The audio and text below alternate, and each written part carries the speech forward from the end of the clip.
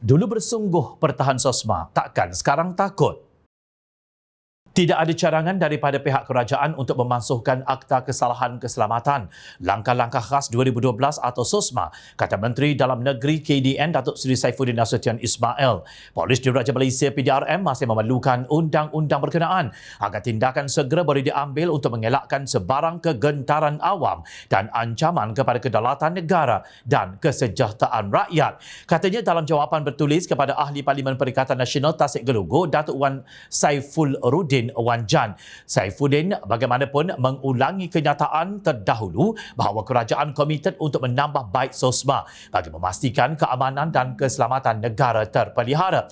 Katanya pada masa sama SOSMA harus diimbangi dengan hak masyarakat serta keselamatan rakyat negara ini. Wan Saiful tentu sudah mendengarnya dengan jelas. Pada 22 Februari lalu, Saifuddin berkata kerajaan tidak berhasrat memasukkan SOSMA yang memperuntukkan penahanan terhadap individu tanpa bicara dan tanpa ikat jamin. Beliau berkata SOSMA adalah undang-undang berbentuk prosedur yang digunakan untuk kesalahan-kesalahan keselamatan spesifik dan ada diperincikan dalam jadual pertama SOSMA 2012. Walaupun begitu, Kementerian Komited menambah baik undang-undang itu bagi memastikan keamanan dan keselamatan negara sentiasa terpelihara. Namun ia harus diimbangi dengan hak masyarakat serta kepentingan dan ketenteraman negara. Dalam melaksanakan penambahbaikan terhadap undang-undang itu, pihak kementerian mengadakan perbincangan dan bengkel dalaman untuk melihat cadangan penambahbaikan.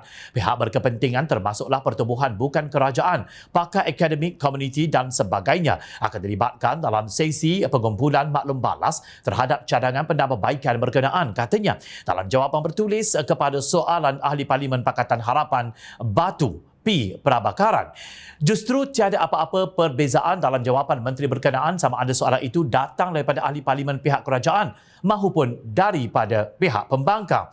Pada 14 Januari 2019 ketika jawatan Menteri KDN dipegang oleh Pengerusi Perikatan Nasional Tan Sri Mahyadin Mat Yassin, beliau membayangkan bahawa SOSMA, Akta Hasutan 1948 dan beberapa akta lain sedang dalam perbincangan untuk dipindah atau dimansuhkan. Katanya hasil dapatan sebuah jawatan kuasa yang dibentuk mendapat undang-undang seperti SOSMA dan Akta Pencegahan Jenayah POGA penting dan harus dipertahankan walaupun mungkin memerlukan beberapa pindaan.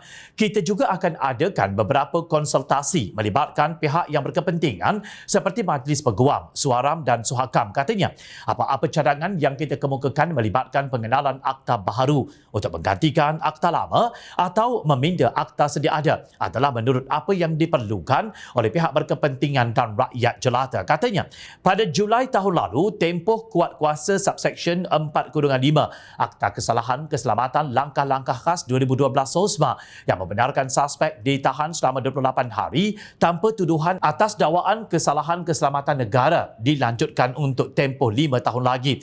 Usul tersebut dibawa oleh Menteri KDN Kerajaan BN Perikatan Nasional yang juga Setiausaha Agong Perikatan Nasional Datuk Seri Hamzah Zainuddin. Seramai 111 ahli parlimen menyokong dan 88 menentang. Selebihnya 21 orang tidak tahu apa alasan mereka untuk tidak mengundi. Hampir separuh daripada parti yang kini membentuk kerajaan perpaduan telah mengundi menyokong perlanjutan itu. Justru tidak hairan apabila jawapan Menteri KDN hari ini tidak selari dengan pendirian Pakatan Harapan ketika menjadi pembangkang. Tetapi yang lebih mengherankan, kenapa Wan Saiful kalut? Takkan Ahli Parlimen Perikatan Nasional takut dengan SOSMA yang bahagian zalimnya dahulu? Kalian begitu bersungguh-sungguh menyokongnya. Apapun, jom China berharap satu hari nanti akta zalim ini akan dibenamkan dalam lipatan sejarah negara.